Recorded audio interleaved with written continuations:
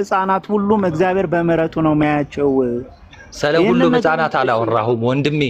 በነገርህ ላይ የኛ ልጆች ለምን ጠቅለለህ እንደምታወራ አላውቅም። ይኸውልህ የኛ ልጆች እንደናንተ ልጆች አይደሉም። ፈርስት ኦፍ ኦል ስለኛ ልጆች እኛ ነን የጴንጤ ልጆች እያልክ ነው።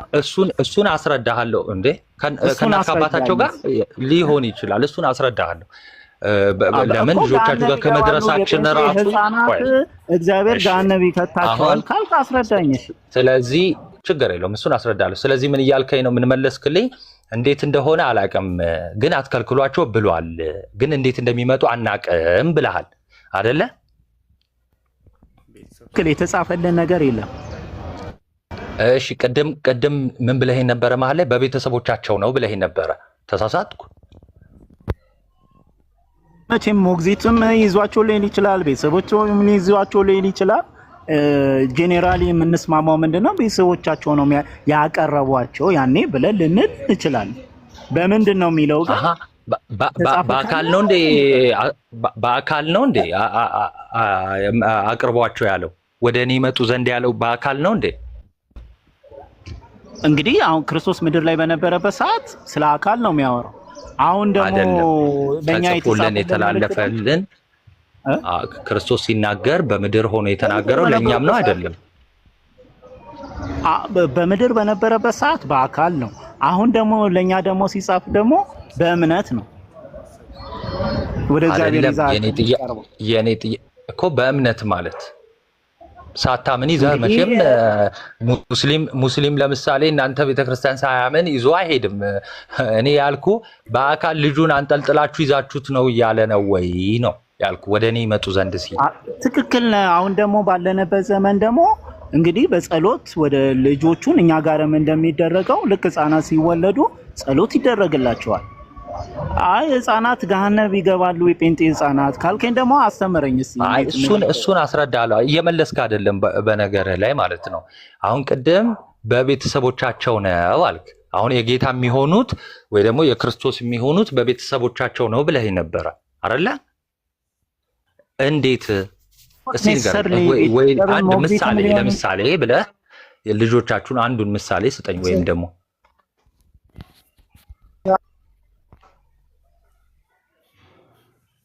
ተቆራረጥክ ነው ከኔ ነው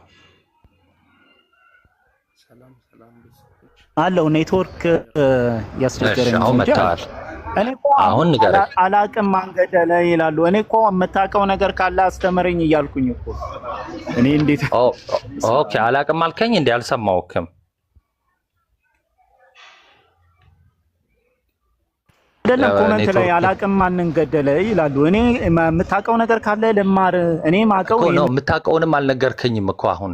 ለዛ ነው እንዴት ነው የክርስቶስ የሆኑት? አላቅም ይሁን መልስ አይሄ ናቃለው እንደዚህ ነው በዚህ መንገድ ነው የክርስቶስ የሆኑትም አላልከኝ።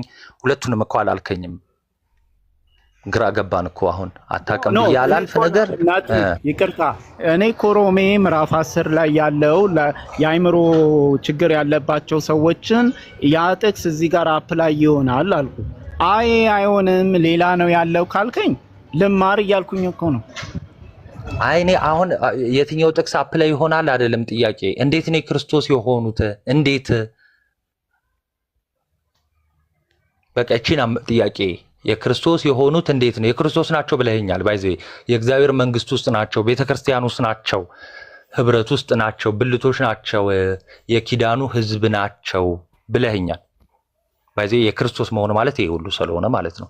ሶ እንዴት ነው የሆኑት?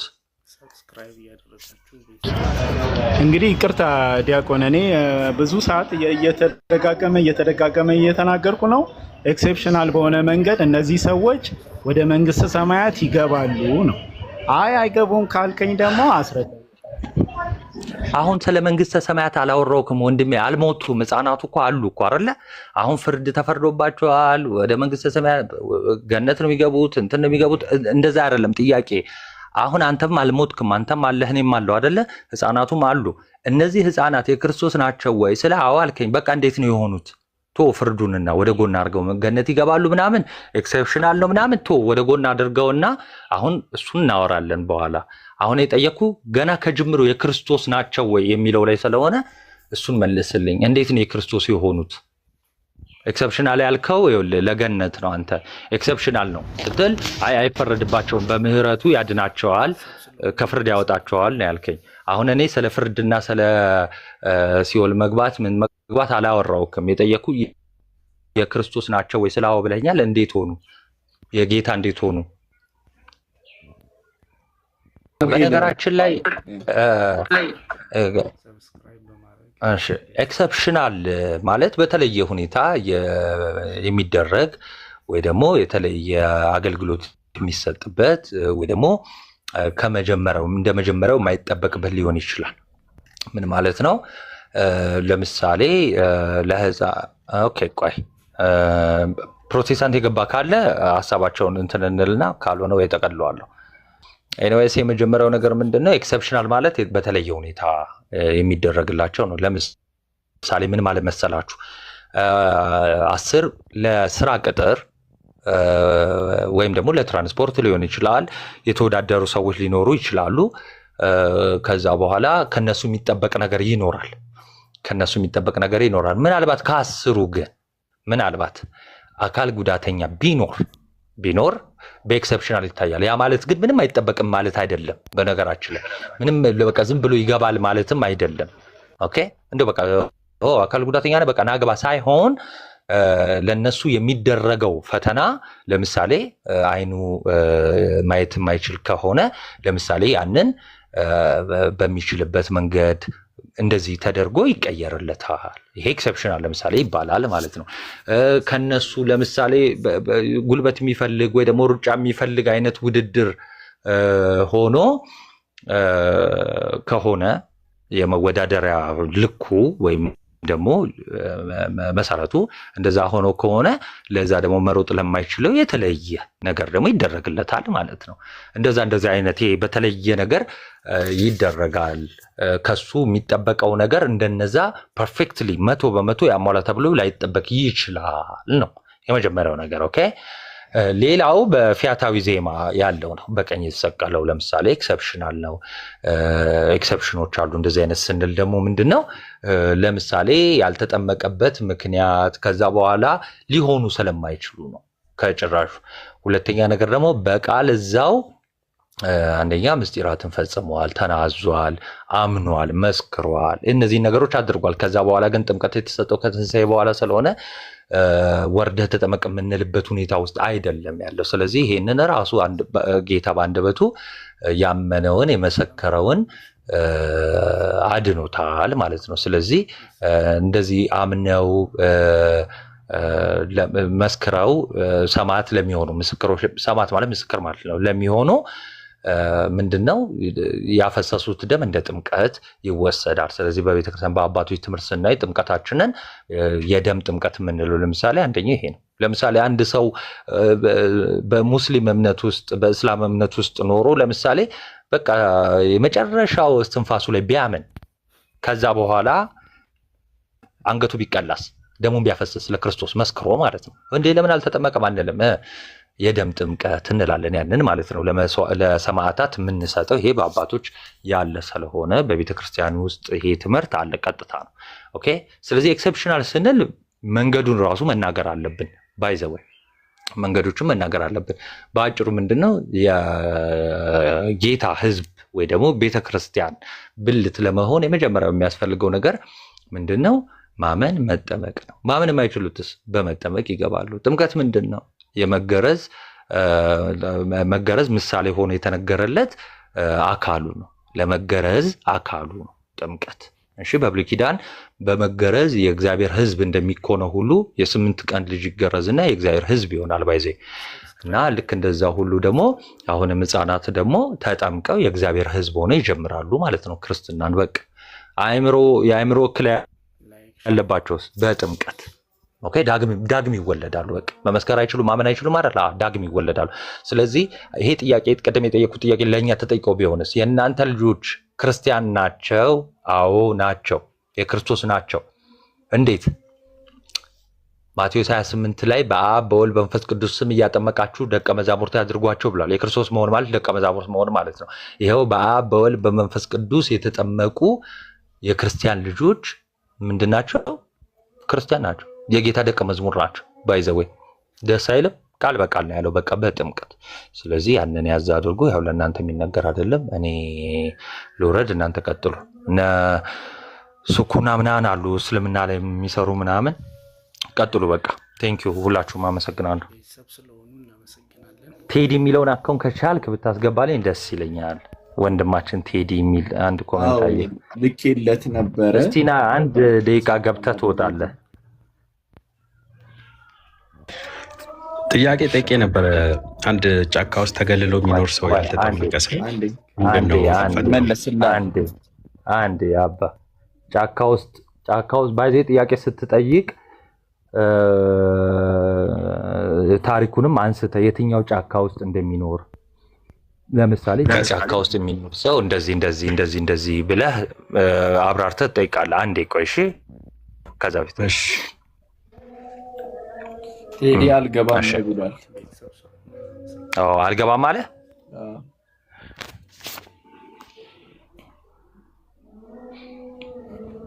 እሺ ኤች መቀጠል ትችላለህ። ማለት የፈለኩት አንድ ሰው መልእክቱ ያልደረሰው እና ምንም እንትን ያላለ ሰው ከሆነ ለምሳሌ ተገልሎ የሚኖሩ ሊሆኑ ይችላሉ። ሳሙኤል ጫካ ውስጥ ኖረው ሞቱ ዝም ብለው። እኒህ ሰዎች አልጠመቁም፣ አላመኑ፣ ይድናሉ ወይ?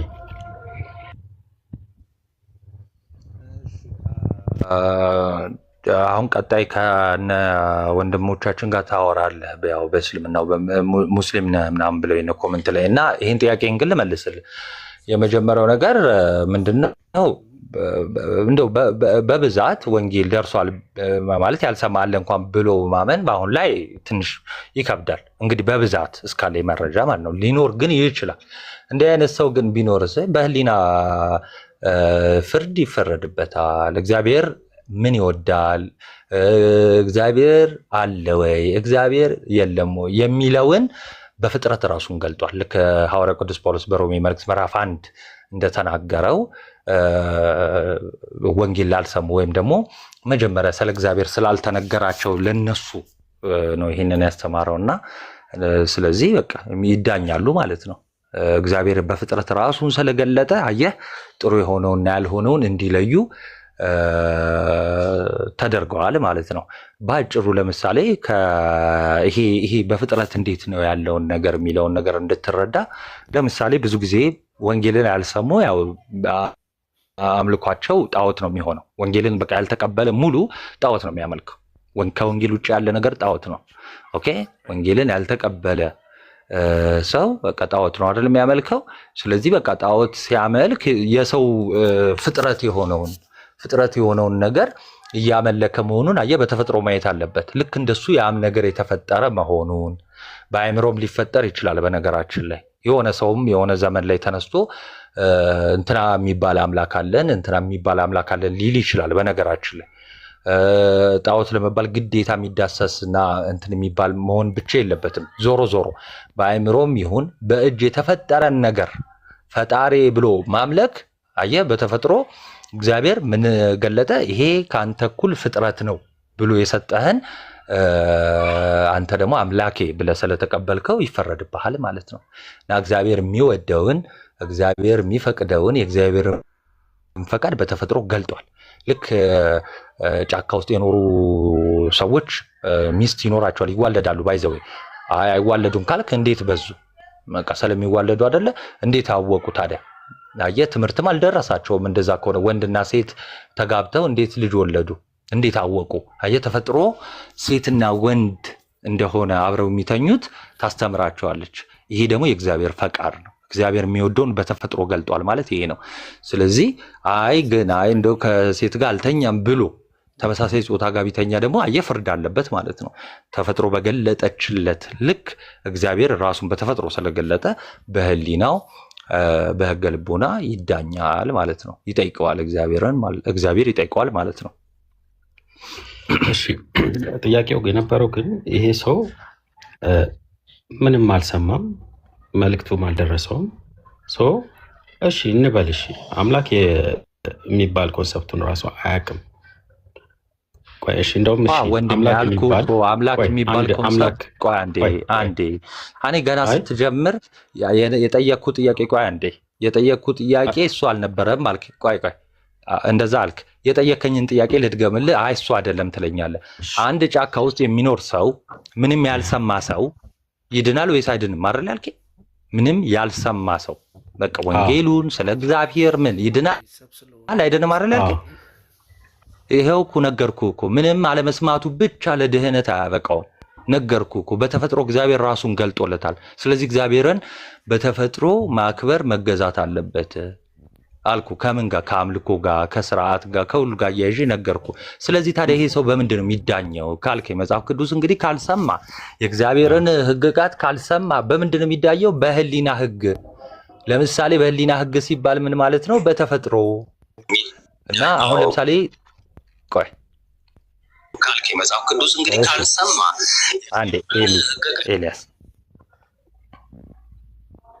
ኤልያስ ሚዩት አንዴ። እሺ አሁን አለው አይደል? እግዚአብሔር የሚወደው አይደል ያልከኝ ነው። ሶ አይድንም። እግዚአብሔር የሚወደውና የማይወደውን በተፈጥሮ ገልጦለታል። በተፈጥሮ ብቻ ሳይሆን ይኸው በህሊናውም አለ። ለምሳሌ በነገራችን ላይ ቆይ እሺ ህሊናችን ለምሳሌ እንድናመዛዝን የተሰጠን አይደል? ኤች ህሊና ማመዛዘኛ ነው አይደለም? አዎ ግን ህሊና ማመዛዘኛ ነው አይደለም? ግን ፖይንቶችን ካነሳው ማመዛዘኛ ነው አይደለም? እንዳይመስልህ ብዬ ዝም ብል ነው። ችግር ኢትስ ኦኬ። ህሊናችን እንዴት ነው መጠመቅ እንዳለብን የሚነግረን መልእክት አይደለም? ህሊና ስለመጠመቅ አላወራሁም ወንድሜ። ቆይ አንዴ ኢየሱስ የሚባል ወደ ምድር የመጣ ሰው መኖሩን እንዴት ነው የሚነግረን መልእክት ካልሰማን? ኧረ እባክህ አንዴ። እሺ ጥሩ። አሁን የኔ ጥያቄ ህሊና ምን ማድረጊያ ነው አልኩ። ምን ማድረጊያ ነው ንገረኝ። እኔ እኮ አልኩ ህሊናው በቃ የሆነ ዓለምን የሚያስተናብር ኃይል እንዳለ ቢነግረውም ያ ኃይል ህሊናው ምን ማድረጊያ ነው ወንድሜ? ያንተ ህሊና ምን ማድረጊያ ነው? እኔ ህሊና ምን ማድረጊያ ነው የሚል አይደለም ጥያቄ። ህሊና አይደለም እኔ ነኝ እያወራ ያለሁት አይደለ? ያንተ ጥያቄ ህሊና ምን ማድረጊያ ነው አላልኩም። በመጀመሪያ ደረጃ ጥያቄው የኔ ነው። እኔ ነኝ እያወራ ያለሁት። ስለዚህ አንተ ደግሞ ምንድነው የምታደርገው? መልስ ነው የምትመልሰው እንጂ የኔ ጥያቄ አይደለም አይባልም። እሺ ህሊና ምን ማድረጊያ ነው? አለህ ግና ህሊና ከሮንግ የምለይበት ኮንሽስነስ ነው የትኛው አንበሳ። ስለዚህ ጫካ ቆይ ጎበዝ፣ ትክክል የሆነው ምን አለ ወንድማችን? ይሄው ህሊና ማለት ጥሩን ከመጥፎ ክፉን ከበጎ አይደለ? እሳቱን ከውሃ አይደል? ፍጡሩን ከፈጣሪ የምንለይበት መመዘኛችን ነው አለ። እሰየው። ይህ ህሊና በጫካ ለሚኖሩት ያ ደግሞ ኮንዲሽናል ነው። አንዴ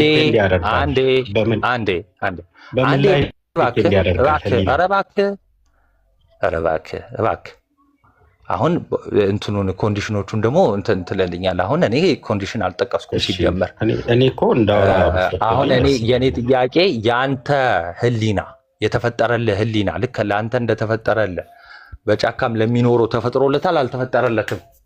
አለው ተፈጥሮለታል። ግን ያ በቃ ስለዚህ ቆይ ልጨርስ እባክህ በቃ እሺ። አሁን ጭቅጭቅ የሚሆነው እየተደረብክ እንትን ስትል ነው። በቃ መልሱን ትተህ ሌላ ወሬ ሲሆን ነው።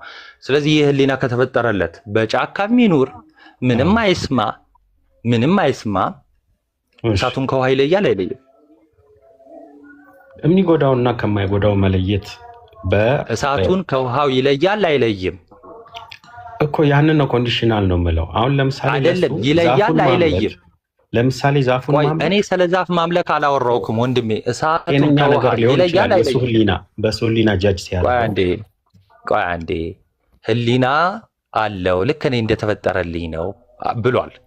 ስለዚህ አሁን ጥያቄ በጫካ ኧረ እኔ ስለ ኮንዲሽን አላወራሁም ወንድሜ። እንዴ ኮንዲሽንማ ካልከኝ አንተም እብድ ከሆንክ አትለይም። ለምሳሌ የአእምሮ በሽተኛ እብድ ሊትራሊ ጨርቁን ጥሎ ያበደ ሰው እዚሁ ከተማ ላይ የምትኖር ከሆነ እሳትና ውሃውን ላትለይ ትችላለህ። ኮንዲሽን ስለምን ኮንዲሽን ነው የምታወራው? ለምን ነው ጤነኛ ኮንዲሽን ሰው ነው? ችግር የለውም። በቃ እኔም ደግሞ ጫካ ስለሚኖር ጤነኛ ሰው ነው ያወራው። አንተ የተሰጠህ ህሊና እሱ ጋር አለ ብለኸኛል።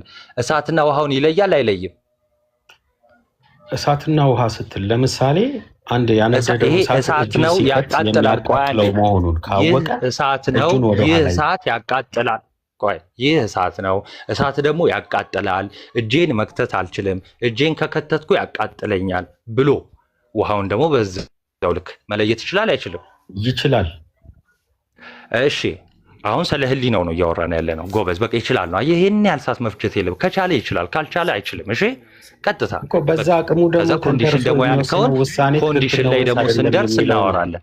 ቆይ አንዴ ለምሳሌ ስለ ዲቫይን የሆነ ሪቪሌሽን አንዴ ከመሬት ተነስቶ እባክህ እሺ ልክ እንደሱ ፍጡር የሆነ ሰው ልክ እንደሱ ፍጡር የሆነ ጭራሽ እንደሱ ብቻ አይደለም በእጁ ጭቃ ጠፍጥፎ ድንጋይ ደራርቦ እንጨት ሰካክቶ የሰራውን የሆነ የሰው እንጨት ወይ የወፍ እንጨት አምላኬ ማለት እንዲህ የሚያደርግ ከሆነ ማለት ነው ህሊናው ያመዛዝናል አያመዛዝንም? ይህ ፍጡር ነው የሚለውንና አይ ይሄ ፍጡር አይደለም አምላክ ነው የሚለውን ያመዛዝናል አያመዛዝንም? ያውቃል አያውቅም? ህሊናው መልስልኝ።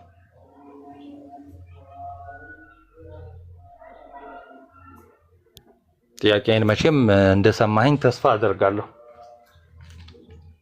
እኮ ያንን ራይት ፍሮም ሮንግ የሚለይበት ያመዛዝናል አያመዛዝንም? ማመዛዘኛ ያመዛዝናል አያመዛዝንም? እንደሚሆንበት መለኮታዊ መመሪያ እስካልመጣለት ድረስ ለዛ ሰውዬ ልክ ያመዛዝናል አያመዛዝንም? ለሱ አእምሮ አመዛዝኖ እኮ ልክ መስሎት እያመለከ ነው ይሄ ሰውዬ ብሎ በእጁ እንደሰራ ከጥሩ የሚለይበት መመሪያ የት አለው ሰውዬው? አንዴ እኮ ይኸው ልነግርህ ነው።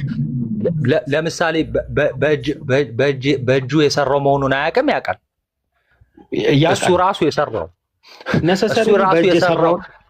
አዳምጠኝ። ቆይ አሁን ምን ብሎ አመለከ? አይደለም በእጅ ያልሰራው ምን በእጅ ያልሰራው ምን እኮ በእጅ ያልሰራውን ዝም ብሎ ፀሐይን እያመለከ ነው። ምን ፎር ኤግዛምፕል ፀሐይን እያመለከ ነው ብንልስ? ጥሩ ፀሐይንም አመለከ እንላለን። ችግር የለውም። ፀሐይ ፍጥረት እንደሆነች ቆይ አንዴ ፀሐይ ፍጥረት እንደሆነች ውስጡ ይነግሯል አይነግረውም? ይሄ ሰውዬ አይ እቺ እኔን የፈጠረችኝ ሀያል የሆነች አይደለም። ውስጡ ቆይ አንዴ ህሊናው ፀሐይ ፍጥረት እንደሆነች አሁን ይሄ ሰው ምን ብለኸኛል? ይህ ሰው ፀሐይን እያመለከ ነው ብለኸኛል። እሰየው አንተ ይኸው ባመጣኸው ላምጣልህ። ፀሐይ ፍጥረት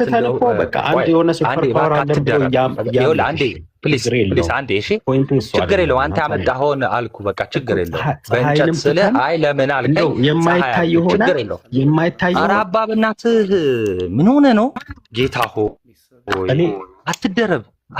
በጣም ነው የሚያስጠላው። እሺ ያደክማል። ይኸው አትደረብ። በቃ ጀስት መልስ ብቻ ትመልሳለህ። ይኸው ፀሐይ አልከኝ፣ ፀሐይን ወሰድኩልህ አልኩ። ፀሐይ ከፍጥረት አንዷ እንደሆነች ኧረ እባክህ የኔን ጥያቄ ስማ። አሁን የማይታይ ሱፐር ፓወር አለ ብሎ እያመነ ነው። እሺ ኧረ እባክህ ፍታ በእናትህ። ምን ሆነ ነው እንዴ? ለምንድን ነው ፀሐይ አልክ አይደል? ይኸው እንጨት የማይታይ ሱፐር ፓወር አለ ብሎ እያመነ ነው። ለምን ትተዋለህ? ቆይ ምሳሌውን ያመጣኸው አንተ አይደል? አይ ተወው፣ እኔ አልተውኩትም። በቃ ሚውት አድርገው። እኔ ስላልተውኩት ለምን አንተ ባልከው ብቻ አይደለም እኔ ተውኩት። በቃ ፀሐይ በቃ ከተውከው ተወው፣ ያዘው እና ስጠይቀህ ትመልሳለህ። ከዚያ አንተን ሀሳብ ስታብራራ ነው ብዬ አንድ ጫካ ውስጥ የሚኖር የማይታይ ሱፐር ፓወር አለ ብሎ የሚያምን አንድ ከአማዞንም ጫካ ከምንም እንዲህ አይነት ሰው አለ ብለህ አምጣ። ከሆነ ጎሳዎች ስለሚኖሩ አምጣ። የትኛው ጎሳ ነው እንደዛ የሚያምነው? ቶሎ በል እንዴ። ቁርአንህን በቃ ታዲያ ግዴታ ይኸውልህ፣ አዳምጠኝ አንዴ። ይኸውልህ የማይታይ የሆነ ፓወር አለ ብሎ የሚያምን ለራስ እንዲመች ነገሮችን እንትን አትበል። እሺ አሁን ስለ ህሊና ነው እያወራን ያለ ነው። እሺ ኢቭን ወደ አምልኮ ወይ ደግሞ ወደ አምላክ ባህሪ አልገባንም። ወደ አምላክ ምንነት ማለት እዛ ስንገባ ደግሞ ችግር ታነሰዋለህ። ይኸው ታነሰዋለህ። አንዴ የማምለክ ቴንደንሲ አንደኛ ነገር የለም እንዲህ የሚያምን የለም። በቃ ስለዚህ ምሳሌ አይሆንም። የለም አይሆንም። የለም አያምንም። እንደዛ የሚያምን ጎሳ የለም። በቃ ፀሐዩን ወይ ደግሞ እንጨቱን ምሳሌ ልስጥ። ለምሳሌ እኔ ልናገር የፈለኩት ስለ ህሊና ስለሆነ ማለት ነው። ህሊና አሁን ፀሐይ የሚያመልክ አንድ ጫካ ውስጥ የሚኖር ወንጌል ያልሰማ እግዚአብሔር መኖሩን የማያውቅ ሰው አለ። ጥሩ እና ምን ያደርጋል? ይህ ሰው ፀሐይን ያመልካል። ጥሩ ህሊናው አንተ የተፈጠረልህ ህሊና ፀሐይ ከፍጥረቶች ሁሉ ልክ እንደ ሌሎች ፍጥረቶች ፍጡር መሆኗን ህሊናው ይነግረዋል አይነግረውም? ልክ እንደ ሌሎቹ ፍጥረቶች ልክ እንደዛ አልነገረውም። ምን ታውቀዋለህ እንደ ሰውየውን አባ አብረህ ሆኖ አንተ እንደሚነግረው በምን አወቅ? ህሊና ነው ያልኩህ። ህሊና እኮ ህሊናው ለሱ ህሊና ሱፐር ፓወር ነው። በቃ እሱን የፈጠረ አንተን ልጠይቅህ። ጥሩ አንተ መሐመድ መጥቶ አላህ ነው አምላክህ ፀሐይ አይደለም ስላለህ ነው ወይስ ፀሐይ ፍጡር እንደሆነ ህሊና ስለመሰከረልህ ነው? መልእክተኛ ባይመጣልኝማ እኮ እኔ ላመልክ እችላለሁ። አንተ ፀሐይን የማታመልከው ያመለኩኝ ሊሆን ይችላል። ዋቃ እያልኩ አንዴ በእናትህ ይህንን እኮ ነው ህሊናቸው ትክክል ነው ለነሱ። ሞዴሬተር ስጠኝ ዶክተር አለ ወይ ደግሞ ሚውት አድርጉት ሞዴሬተሮች ካላችሁ ማለት ነው። በጣም በተቻለ አቅም አትደረብ። አንተ ለጭቅጭቅ አይደለም ትላለህ እንዴ? ይሄ ሁሉ በጣም እየተደረብክ። እሺ አሁን ልጠይቅህ፣ አንተ መሐመድ መደረብ ከመሰለ እባክህ ይሄው እየተደረብክ ነው። አሁንም እኔ ሳወራ እኮ መደረብ ነው። መደረብ ማለት ባይዘይ እኔ ሳወራ አብረህ የምትደረብ ከሆነ መደረብ ነው። ይሄው ለአሁንም እየተደረብክ አንተ ለምትጠይቀኝ መልስ መስጠት ነው መደረብ። አዎ እስቲ ፍረዱና በቃ ሚውት አድርገው። በቃ አሁን ሚውትን አንሳ ስለ ብቻ ነው የምታነሳው። አሁን እስቲ ውሸታ ማስብለኝ እኔን። እሺ የጠየቅኩት ጥያቄ ምንድነው? ፀሐይን አንተ ማታመልካት ፍጡር እንደሆነች ህሊናህ መስክሮልህ ነው ወይስ መሐመድ አታምልካት አላህ ነው አምላክህ ስላለ ነው? በል መልስልኝ። አሁን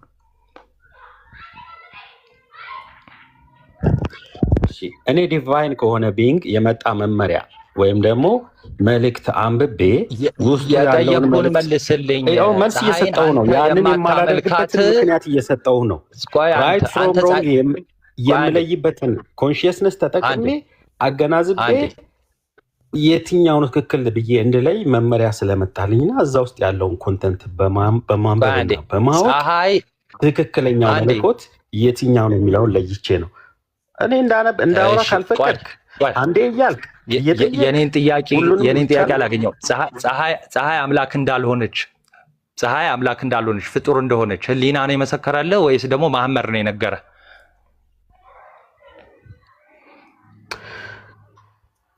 እሺ አሁንም ከፖይንቱ ወደ ኋላ ማለት አልፈልግም።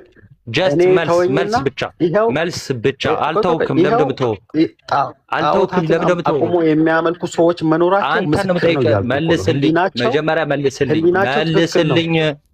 እኔ መልሼልሃለሁ። ምን መለስክልኝ? መመሪያ ስለመጣልኝ አምላኬ ፀሐይ አምላክ አይደለችም የሚል ጽሑፍ መጥቶልህ አምላኬ ስለነገር ያው ከኔ ውጭ ሌላ አምላክ የለም ስላለኝ ምን አልከኝ? ከእኔ ውጭ ሌላ አምላክ የለም ስላለኝ አምላኬ ቁርአን ላይ ነው ያለው። አዎ ቁርአን ላይ ነው።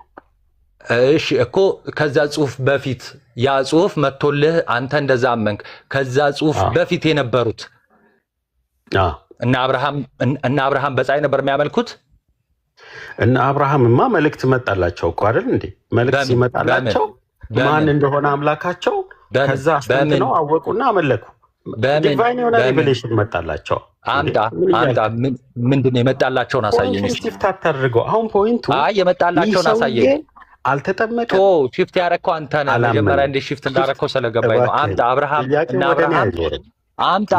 ይኸው ፀሐይ አምላክ እንዳልሆነች ለእኔ መጥቶልኝ ነው። እባክህ ሞዴሬተር ቢኖረኝ ማለት ነው ጭራሽ ነው ማላስወራህ የነበረው።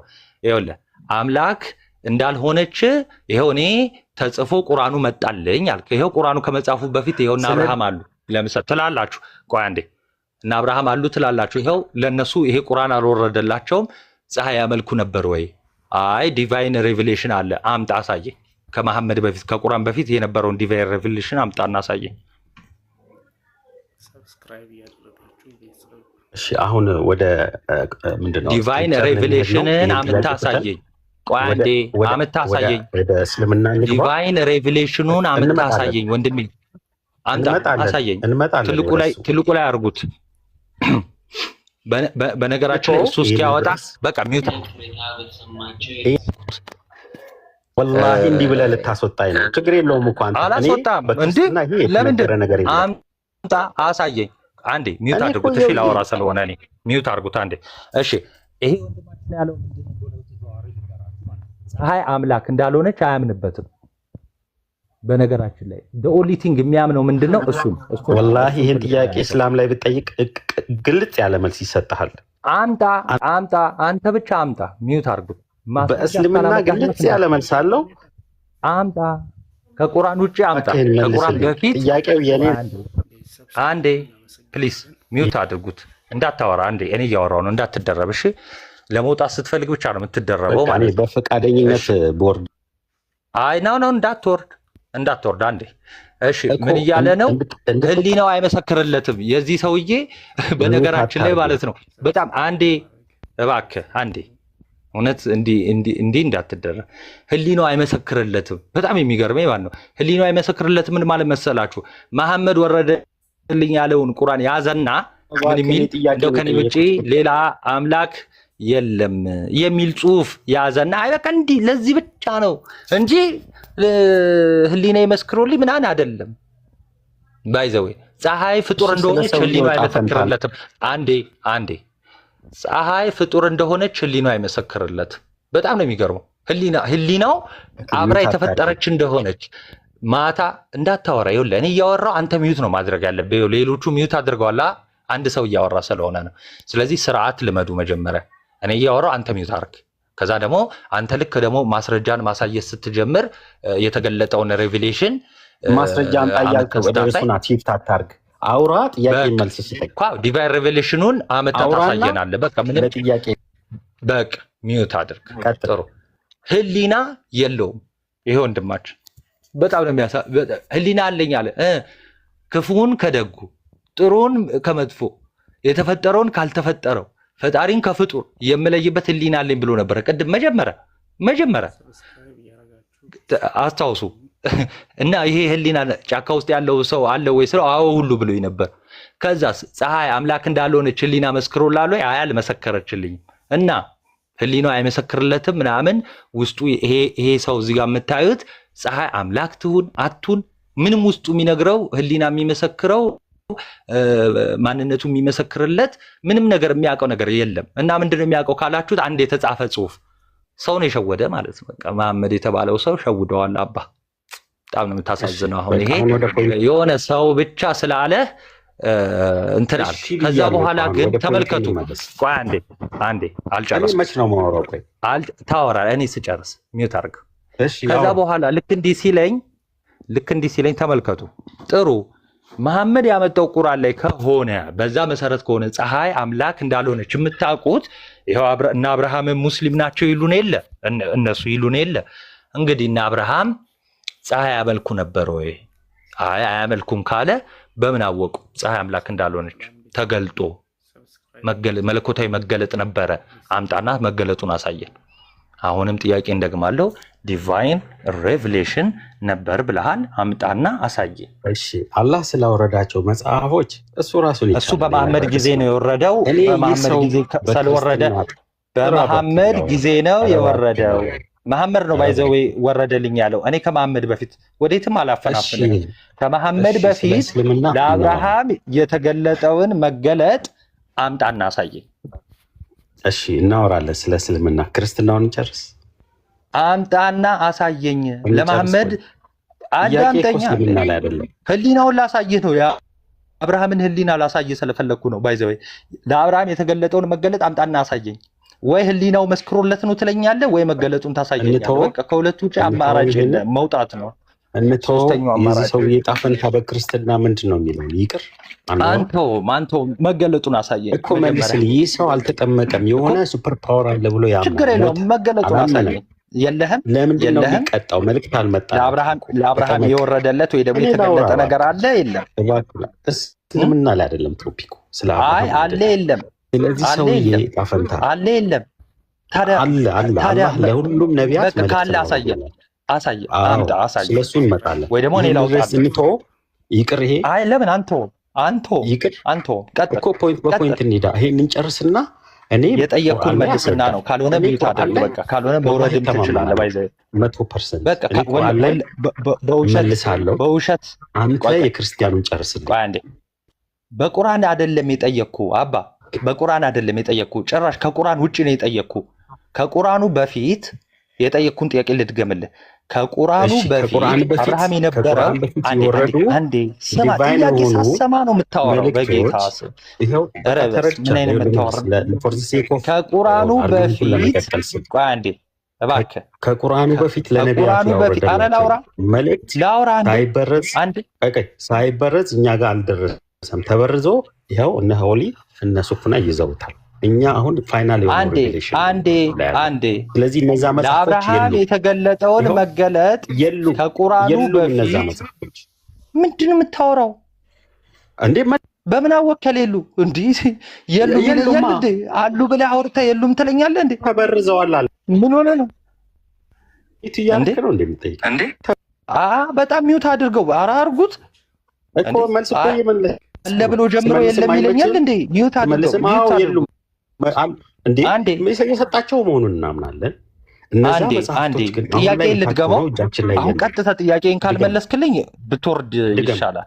የጠየቅኩት ጥያቄ ለአብርሃም የተገለጠ መገለጥ ነበረ። አንዴ እኔ መልሳለሁ ለአብርሃም፣ አንተ ግን አትመልስም። ኧረ እባክህ ላውራ እኮ አላየንህም። ዝም ብለህ እያወራህ ነው ያየንህ እኮ። ትመልሳለህ። በቃ ይኸው ጥያቄህን ስማ። ለአብርሃም መገለጥ ነበረ። ለአብርሃም ዲቫይን ሬቨሌሽን ተሰጥቶታል ወይ ደግሞ መለኮታዊ መገለጥ ሆኖለታል፣ ተሰጥቶታል፣ ወርዶለታል ብለሃል። አምጣና ያ የወረደለትን ነገር አሳየን ለአብርሃም። ያ እነዚያ መጽሐፍቶች አሁን ላይ እጃችን ላይ የሉ። ከሌሉ በናወቅ አምላክ የነገረኝ አምላክ አለ። ያለፈው መቼ ነገረ? መልስልኝ ያደረግኝ ነው መቼ ነገረ? የዛሬ 1400 ዓመት በፊት የፋይናል እና የመጨረሻው መልእክተኛ የሆኑትን ነቢዩ ሰለላሁ ዐለይሂ ወሰለምን ወደ ምድር አስነስቶ በእሳቸው አማካኝነት በመላኩ ገብርኤል አማካኝነት ዲቫይን የሆነውን መለኮታዊ የመጨረሻውን መጽሐፍ ለእኛ ተረጋጋ፣ የመጨረሻውን ፋይናል የሆነው ሬቪሌሽን በእሳቸው አማካኝነት ገልጦ ለእኛ ነግሮናል። ይሄ ነው የኔ አጭሩ መልስ። አንተ ግን አልመለስክም። በጣም አሪፍ። ይሄ ሰውዬ ከመሐመድ ምንድነው? የመሐመድ ቆይ አንዴ ያልክ እኮ እስልምና ላይ ስለተበረዘ አሁን የክርስትና አባ ቆይ አልጨረስኩም። መልስህ ገና እኮ ነው። መልስ አልመለስክም እኮ። አሁን ምንድነው ያልከኝ? ጥሩ። አሁን ለአብርሃም የተሰጠው ነገር ነበረ እና የተሰጠው ነገር ለአብርሃም የተሰጠው ነገር ነበረ። ወይ ታፍርበታለህ ዛሬ ወይ ትወጣለህ ባይዘ ወይ ማለት ነው። አንድ የሚታደግ ለአብርሃም የተሰጠው ነገር ነበረ እና ያ ነገር እንደው ተበርዟል አልክ። መቼ ነው የተበረዘው? በቃ ትችላለህ። ምን ብሎናል? ተመልከት። ቆይ አንዴ መቼ ነው የተበረዘው? አይ ያልከውን ነው የጠየቅኩህ እኔ አላልኩም። ተበረዘ አልክ። መቼ ነው የተበረዘው? ምንም ጥያቄ ያልከውን ቀኗን ነው የምትነግረኝ። ትችላለህ። በቃ ጥያቄውን አንተ መመለስ ችግር የለውም። አይደለም የተበረዘው መቼ ነው? መቼ ነው የተበረዘው? በቃ ጥያቄውን ትችላለህ። ይቅር። መቼ ነው የተበረዘው? አትተው። ለምን ትተዋለህ? መቼ ነው የተበረዘው? ንገረኝ። በቃ ተውኩልህ እኮ በጣም ለመሐመድ ምን ሆነ ነው እንዴ? አንተ ተው። እኔ አልተውኩትም። እስልምና ላይ አይደለም ጥያቄው። እስልምና መቼ ነው የተበረዘው? አባ ሰውዬ እያወራን ነው። መመለስ አትችልም። ሳይጠመቅ ነው የሞተው። መመለስ አትችልም። መጨረሻው እንኳን ሞተ። ቀጥል። ጥሩ። መመለስ አትችልም። በቃ እኔ አልችልም። በቃ አንተም ብለሃል። የክርስትን እንዴ ጠያቂ እኮ ነው ናታን። አባ ውረድ